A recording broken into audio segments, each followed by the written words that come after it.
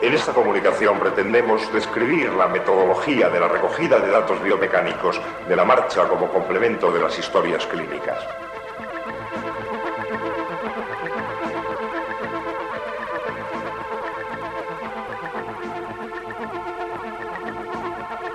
En las últimas décadas, las diversas técnicas exploratorias de la dinámica se han desarrollado al tiempo que evolucionaba la ingeniería instrumental.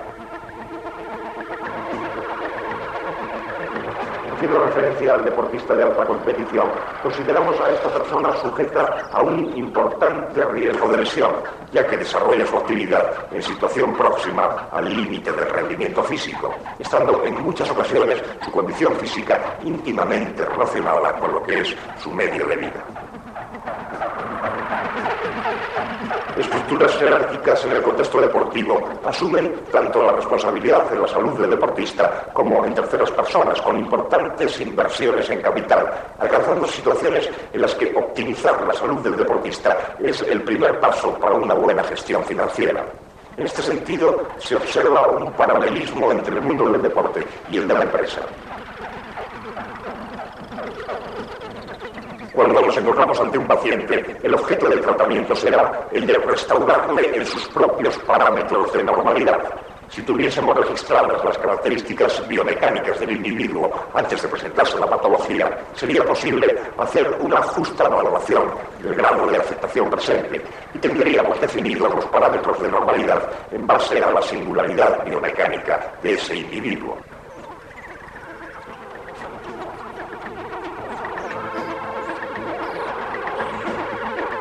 Cuando el reconocimiento médico laboral de trabajadores que desarrollan su actividad en bipedestación, transportan pesadas cargas o sencillamente se ven obligados a la utilización de cierto tipo de calzado, incluya un análisis biomecánico de la marcha, podremos alertar respecto a la conveniencia de medidas profilácticas o de tratamiento.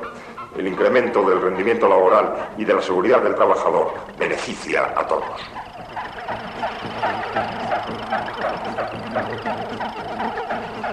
La exploración comienza con la recogida de datos personales sobre la actividad física, el calzado y las características de sus molestias, si las tuviere.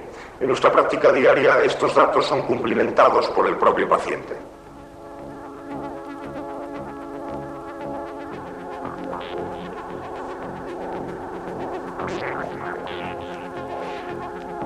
El examinador empieza por ultimar la anamnesis. Enseguida se realizará la inspección de la postura corporal en estática, que permite constatar amputaciones, parálisis, hipertrofia muscular, rigidez, patología vertebral, nivel de cinturas esqueléticas, etcétera, etcétera. La observación del desgaste de la suela del zapato aporta en ocasiones un dato de interés en la ficha del paciente.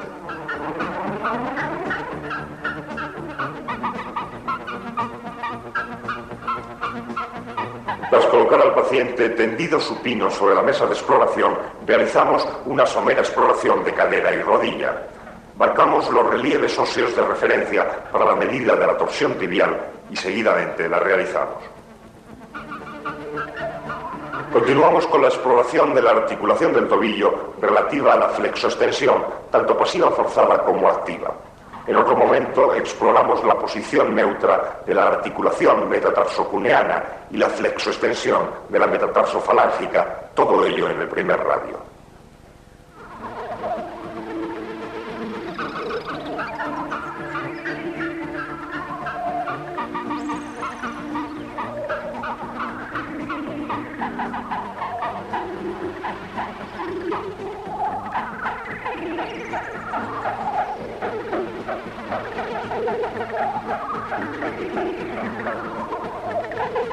Entendido prono, medimos la posición del calcáneo respecto a la línea de Elvin. Buscamos la posición neutra de la articulación mediotarsiana para medir la situación relativa del antepié.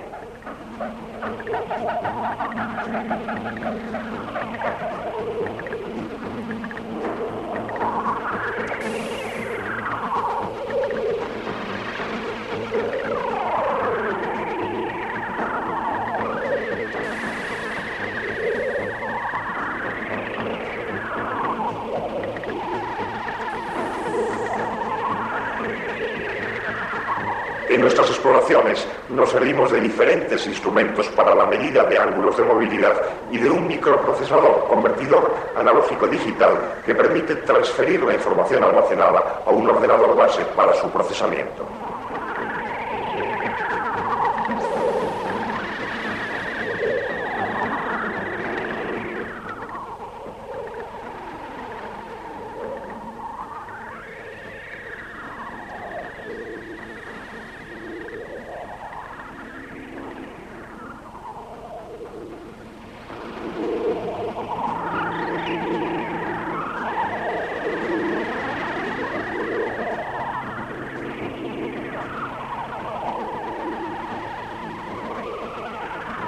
Todos los datos obtenidos quedan reseñados en la ficha del paciente.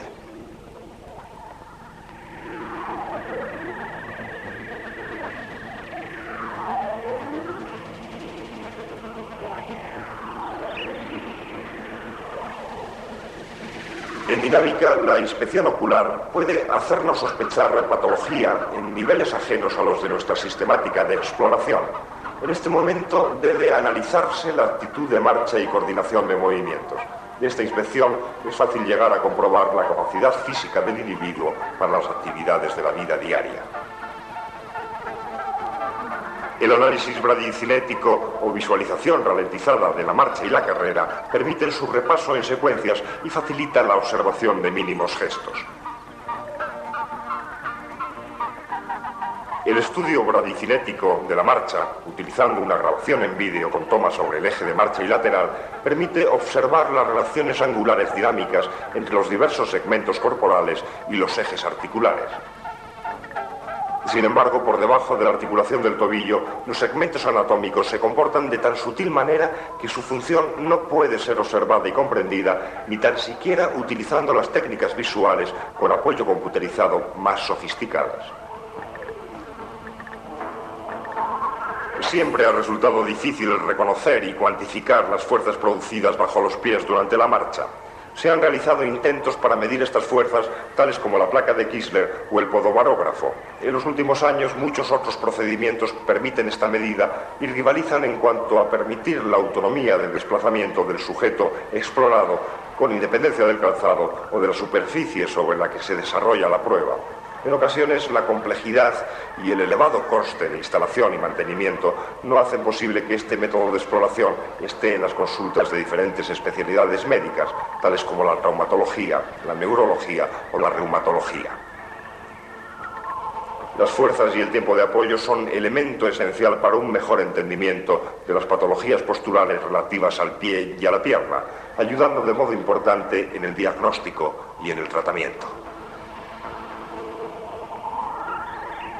El sistema electrodinagrama denominado EDG recoge datos de apoyo utilizando un microprocesador de pequeño tamaño. Se utilizan un total de 7 transductores delgados y flexibles para cada pie, que mediante un elemento desechable adhesivo en ambas superficies pueden colocarse directamente en la cara plantar del pie, 6 de ellos en puntos predefinidos y otro en punto aleatorio, atendiendo a la peculiar morfología, síntomas o posible patología. Los datos recopilados por el microprocesador se transfieren a un ordenador. En su procesamiento son comparados con los valores procedentes de un banco de datos de rangos normales. A través de una impresora obtenemos un listado encabezado por los datos personales del paciente. En segundo lugar, los resultados gráficos, una curva logarítmica por cada pie, una curva decimal y la correspondiente normal por cada uno de los 7 sensores. Sigue una tabla con los valores absolutos obtenidos y los rangos de normalidad, para finalizar con una escueta información respecto a la significación clínica de la prueba. La exploración puede realizarse con o sin el uso del calzado y en el entorno habitual en el que el paciente se desenvuelve. Existen 2 diferentes microprocesadores según la velocidad de desplazamiento del sujeto analizado. Microprocesadores denominados 2A y 2S según se utilicen para explorar la marcha o la carrera. Tanto los sensores como el programa informático son comunes a los 2 instrumentos.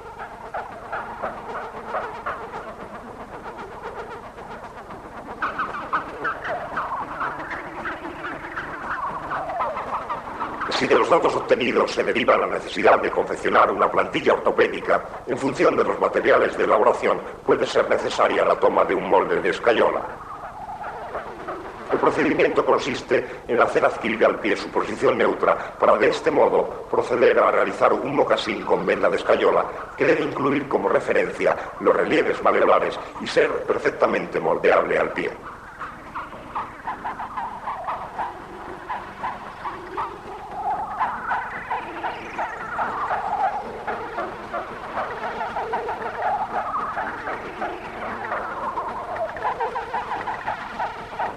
Cuando el paciente sigue tratamiento ortopédico, repetimos la exploración con el EDG, transcurridos 10 días de adaptación a la plantilla. La exploración se realiza con calzado y plantilla. De esta manera es posible comparar estos resultados con los obtenidos en la exploración previa sin ortosis. Entregamos al paciente una carpeta con los resultados de la exploración en él practicada. Deseamos que haya sido de su interés esta información sobre el protocolo de exploración dinámica y electrodinagrama y que se convierta en una significativa y muy útil fuente de interés para el clínico.